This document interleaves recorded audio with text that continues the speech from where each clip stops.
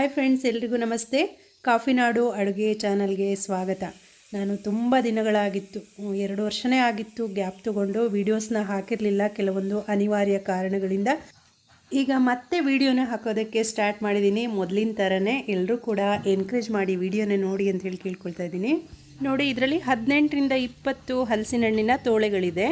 ಇದರಲ್ಲಿರುವಂತಹ ಬೀಜನೆಲ್ಲ separate ಮಾಡ್ಕೊಳ್ತಾ ಇದ್ದೀನಿ. ಬೀಜ ತೆಗೆದಾದ್ಮೇಲೆ ಇದನ್ನು ರುಬ್ಕೊಳ್ಳೋಣ. ಈಗ ಮಿಕ್ಸರ್ ಜಾರ್ಗೆ ಬಿಡಿಸಿಟ್ಕೊಂಡಿರೋಂಥ ಹಣ್ಣನ್ನೆಲ್ಲ ಹಾಕ್ಕೊಳ್ತಾ ಇದ್ದೀನಿ. ಹಲಸಿನ ಹಣ್ಣಿನ ಸೀಸನಲ್ಲಿ ಈ ಒಂದು ಅಡುಗೆನ ಸಾಧಾರಣವಾಗಿ ಎಲ್ಲರೂ ಕೂಡ ಮಾಡ್ಕೊಳ್ತೀವಿ. ಹಲಸಿನ ಹಣ್ಣಿನ ಕಡುಬು ಅಥವಾ ನಾವು ಮಲೆನಾಡಿನಲ್ಲಿ ಹಲಸಿನ ಹಣ್ಣಿನ ಹಿಟ್ಟು ಅಂತ ಹೇಳಿ ಕರಿತೀವಿ.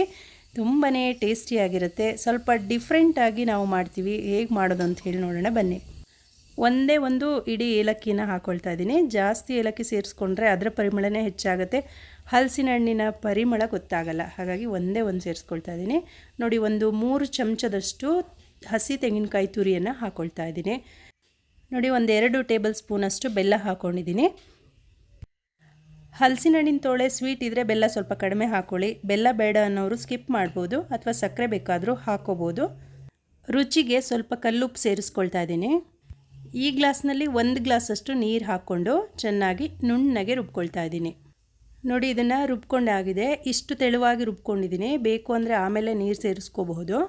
ಈಗ ಇದನ್ನು ಒಂದು ಪಾತ್ರೆಗೆ ಹಾಕ್ಕೊಳ್ತಾ ಇದ್ದೀನಿ.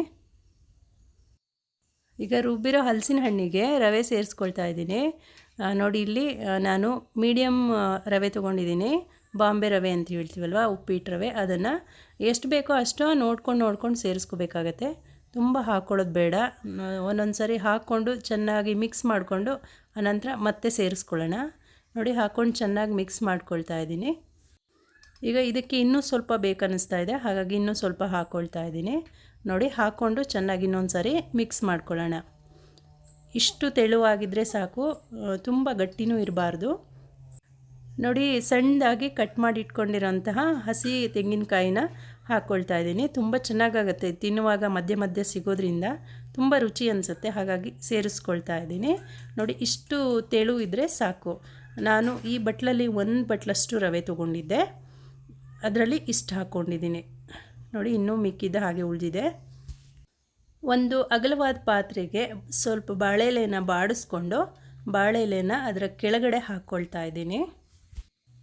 ಬಾಳೆಲೆ ಹಾಕೋದ್ರಿಂದ ಅದರ ಒಂದು ಫ್ಲೇವರ್ ತುಂಬ ಚೆನ್ನಾಗಿರುತ್ತೆ. ಹಾಗೆ ಅಡಿಗಡೆ ಗ್ರೀಸ್ ಮಾಡೋ ಅವಶ್ಯಕತೆ ಇಲ್ಲ. ತುಪ್ಪ, ಎಣ್ಣೆ, ಬೆಣ್ಣೆ ಗ್ರೀಸ್ ಮಾಡೋದು ಬೇಡ. ಹಾಗೆ ಡೈರೆಕ್ಟಾಗಿ ಹಾಕಿದ್ರೆ ಬಾಳೆ ಎಲೆ ಹಾಕಿ ಚೆನ್ನಾಗಿ ಬಿಟ್ಕೊಳ್ಳುತ್ತೆ. ಹಲಸಿನ ಹಣ್ಣಿನ ಹಿಟ್ಟು ತಿನ್ನೋದಕ್ಕೂ ಕೂಡ ರುಚಿಯಾಗಿರುತ್ತೆ. ನೋಡಿ, ಎಲ್ಲನೂ ಕೂಡ ನಾನಿಲ್ಲಿ ಬಾಳೆ ಎಲೆಗೆ ಹಾಕ್ಕೊಳ್ತಾ ಇದ್ದೀನಿ. ಈಗ ಎಲ್ಲನೂ ಒಂದು ಸರಿ ಸ್ಪ್ರೆಡ್ ಮಾಡಿ ಈ ರೀತಿ ಸೆಟ್ ಮಾಡ್ಕೊಳ್ಳೋಣ. ಇಡ್ಲಿ ಪಾತ್ರೆನ ನೋಡಿ ಇಲ್ಲಿ ಕಾಯ್ಲಿಕ್ಕೆ ಇಟ್ಕೊಂಡಿದ್ದೆ. ಹಲಸಿನ ಹಣ್ಣಿನ ಹಿಟ್ಟನ್ನು ಇಡ್ಲಿ ಪಾತ್ರೆ ಒಳಗೆ ಇಡ್ತಾ ಇದ್ದೀನಿ ಬೇಯೋದಕ್ಕೆ. ಮುಚ್ಚಳ ಹಾಕಿ ಒಂದು 20 ನಿಮಿಷ ಇದನ್ನು ಬೇಯಿಸ್ಕೋಬೇಕಾಗತ್ತೆ. ನೋಡಿ, ಇದು ಚೆನ್ನಾಗಿ ಬೆಂದಿದೆ. ಒಂದು 20 ನಿಮಿಷ ಬೇಯಿಸಿದ್ದೀನಿ. ನೋಡಿ, ಇದನ್ನು ನಾನು ರಾತ್ರಿ ಮಾಡ್ತಾಯಿದ್ದೀನಿ, ಬೆಳಗಿನ ತಿಂಡಿಗೆ ಅಂಥೇಳಿ. ನಾವು ಸಾಧಾರಣವಾಗಿ ಇದೇ ರೀತಿ ಮಾಡ್ಕೊಳ್ಳೋದು. ರಾತ್ರಿ ಮಾಡಿಟ್ಟು ಬೆಳಗ್ಗೆ ತಿಂತೀವಿ, ತುಂಬ ಚೆನ್ನಾಗಿರುತ್ತೆ. ಇದರ ಮೇಲ್ಗಡೆ ಸ್ವಲ್ಪ ತುಪ್ಪವನ್ನು ಈ ರೀತಿ ಹಾಕಿ ಸೌರಿ ಹಾಗೇ ಇಡ್ತಾಯಿದ್ದೀನಿ. ಹೀಗೆ ತುಪ್ಪ ಸೌರಿ ಒಂದು ಇಡೀ ರಾತ್ರಿ ಇಡೋದ್ರಿಂದ ಹಲಸಿನ ಹಣ್ಣಿನ ಹಿಟ್ಟಿಗೆ ಒಳ್ಳೆ ರುಚಿ ಕೊಡುತ್ತೆ. ನೋಡಿ, ಇದು ಬೆಳಗ್ಗೆ ನಾನು ತೋರಿಸ್ತಾ ಇರೋದು. ದೋಸೆ ಕಾವಲಿಯನ್ನು ಬಿಸಿಗಿಟ್ಟು ಇದಕ್ಕೆ 1 ಚಮಚದಷ್ಟು ತುಪ್ಪ ಹಾಕ್ಕೊಳ್ತಾ ಇದ್ದೀನಿ.